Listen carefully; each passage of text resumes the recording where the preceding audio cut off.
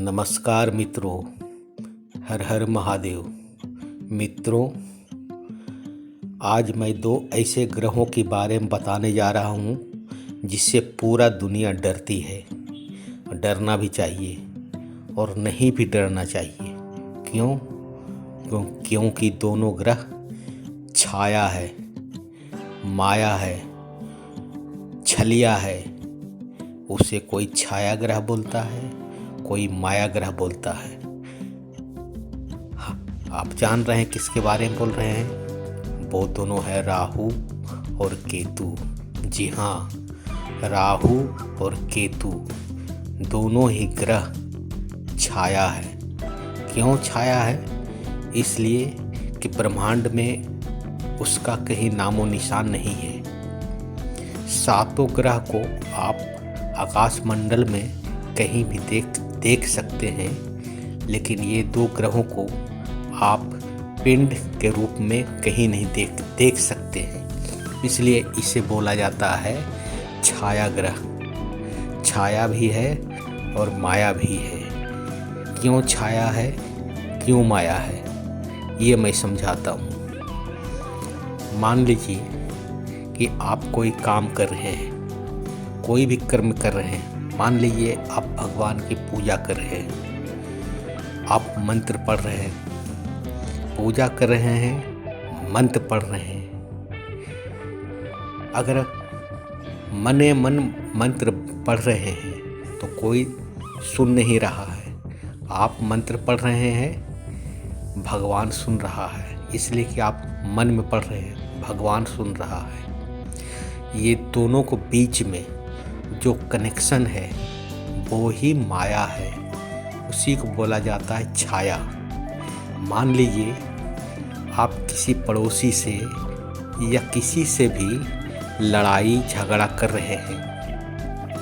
आप भी गाली दे रहे हैं, वो भी गाली दे रहा है। आप भी गाली दे रहे हैं, वो भी गाली दे रहा है। आस पड़ोस वाला सब सुन रहा है। ये गाली के आदान प्रदान में जो बीच का जो एक शक्ति निकलता है, उसी को बोला जाता है छाया और माया, जिसको कोई नहीं देखता है। तो ये जो कर्म होता है, गाली गलौज का या मंत्र का, अच्छे काम का, बुरे काम का, जिसको कोई नहीं देखता है, उसी को बोला जाता है माया। तो माया अच्छे कर्म का हुआ अच्छा फल देगा, बुरे कर्म का हुआ तो बुरा फल देगा। इसलिए इसको बोला जाता है छाया ग्रह, माया ग्रह। मान लीजिए कोई तार है, तो तार तो सब देख रहा है कि ये तार है। तो तार में अगर करंट दौड़ रहा है तो करंट तो कोई नहीं देख रहा है। जब उसको छुआ जाता है तो समझ में आता है कि इसमें करंट है। तो जो करंट मारा तो कोई नहीं देखा, लेकिन जो महसूस हुआ वही है छाया, वही है माया। इसलिए लोग राहु और केतु से डरते हैं। राहु माया है, वो आपको भ्रमित करेगा, भ्रम में डालेगा। और केतु है त्याग करने का, वो छुड़वा देगा। जो आप विद्युत के तार के पकड़े वो हुआ राहु, और जो उससे छूटा तो हुआ केतु। ये दोनों को बीच में जो अंतर चला उसी को बोला जाता है छाया, उसी को बोला जाता है माया। इसलिए राहु और केतु से डरने की आवश्यकता नहीं है। आपका कर्म अगर अच्छा है, आप किसी के प्रति अगर बुरा नहीं करेंगे, तो वो माया, वो छाया आपका कुछ नहीं बिगाड़ेगा। और अगर वही छाया और माया के चक्कर में जो पड़ जाता है, बुरे कर्मों के चक्कर में, उसको छाया और माया यानी राहु और केतु कुछ भी कर सकता है। इसलिए राहु और केतु से डरने की जगह नहीं है। अब रह गया कुंडली की बात। तो कुंडली में ये दिखाता है कि आपका कर्म क्या था पूर्व जन्म में, और इस जन्म में अगर आए हैं अभी, तो आपका राहु कहाँ पर बैठा हुआ है, केतु कहाँ पर बैठा हुआ है, तो आपको क्या करना चाहिए, क्या नहीं करना चाहिए, ये दर्शाता है। तो इसको देखने के लिए कुंडली में देखा जाता है कि राहु कहाँ पर बैठा हुआ है, किस राशि में बैठा हुआ है, वो आपसे क्या करवाना चाहता है और आप क्या कीजिएगा। पहले आप क्या कर चुके थे जिसका दंड राहु कहाँ पर बैठ के क्या आपको देगा। इसलिए कुंडली के अनुसार, अगर राहु के अनुसार हर व्यक्ति अगर चलेगा तो उसको ये राहु और केतु कुछ नहीं बिगाड़ेगा। राहु को अपना मित्र बना लो, अपना साथी बना लो और कर्म को अच्छा करते जाओ। इसलिए राहु और केतु किसी को भी कुछ नहीं बिगाड़ेगा, इसलिए कि राहु और केतु का अस्तित्व है ही नहीं।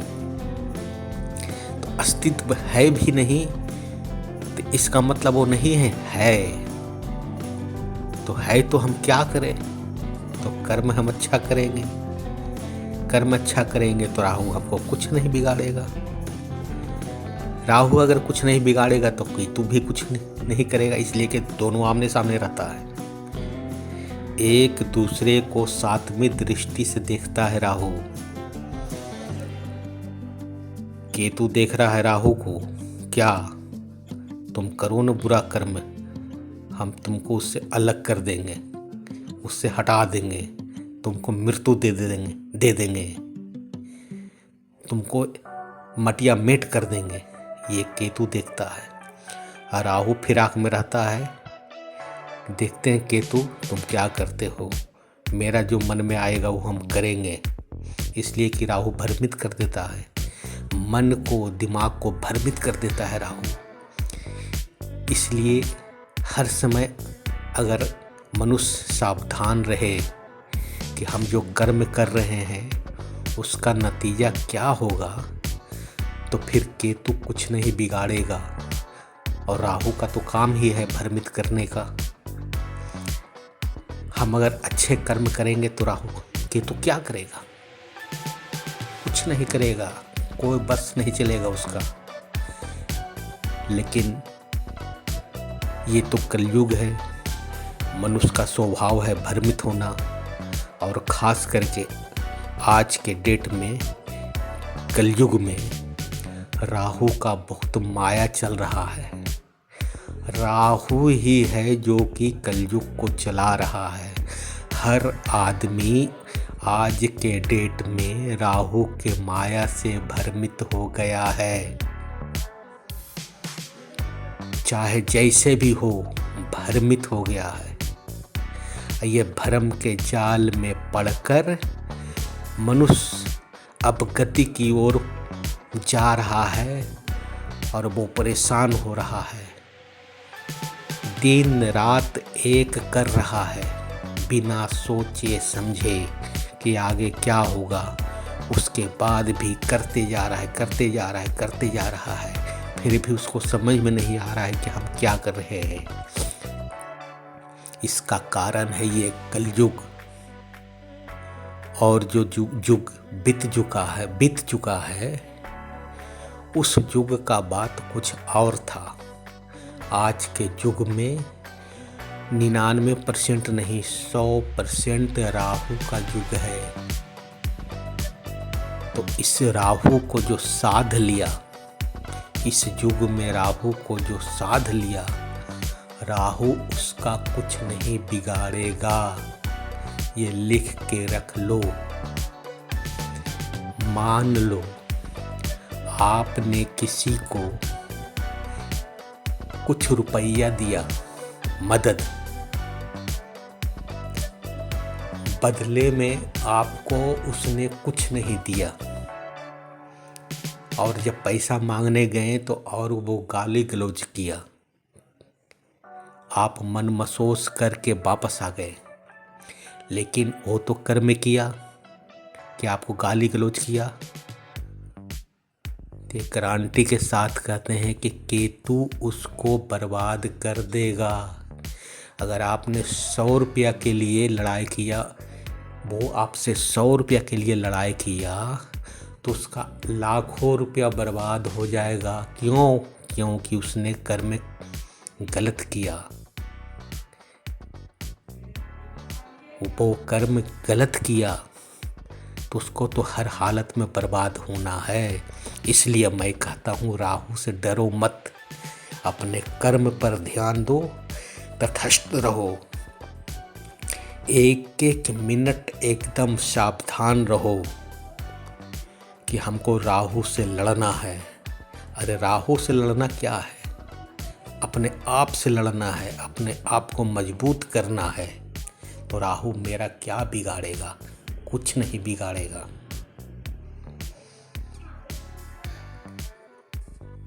किसी को अगर आप एक हाथ मार दिए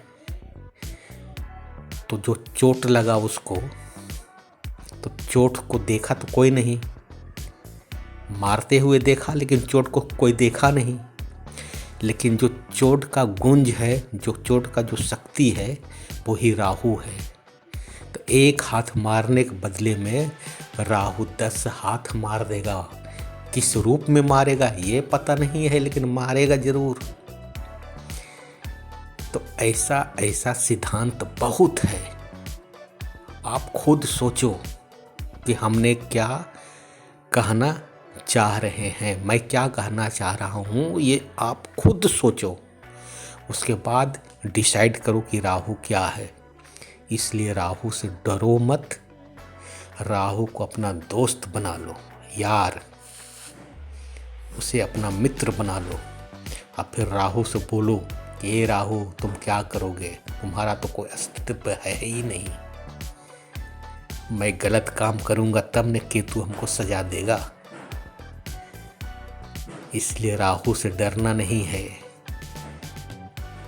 एक कहावत कहा गया है ना, डरना मना है। तो क्यों डरना मना है? इसलिए कि हम कर्म बढ़िया करेंगे तो डरेंगे क्यों? हम नहीं डरेंगे, हम राहु से नहीं डरेंगे।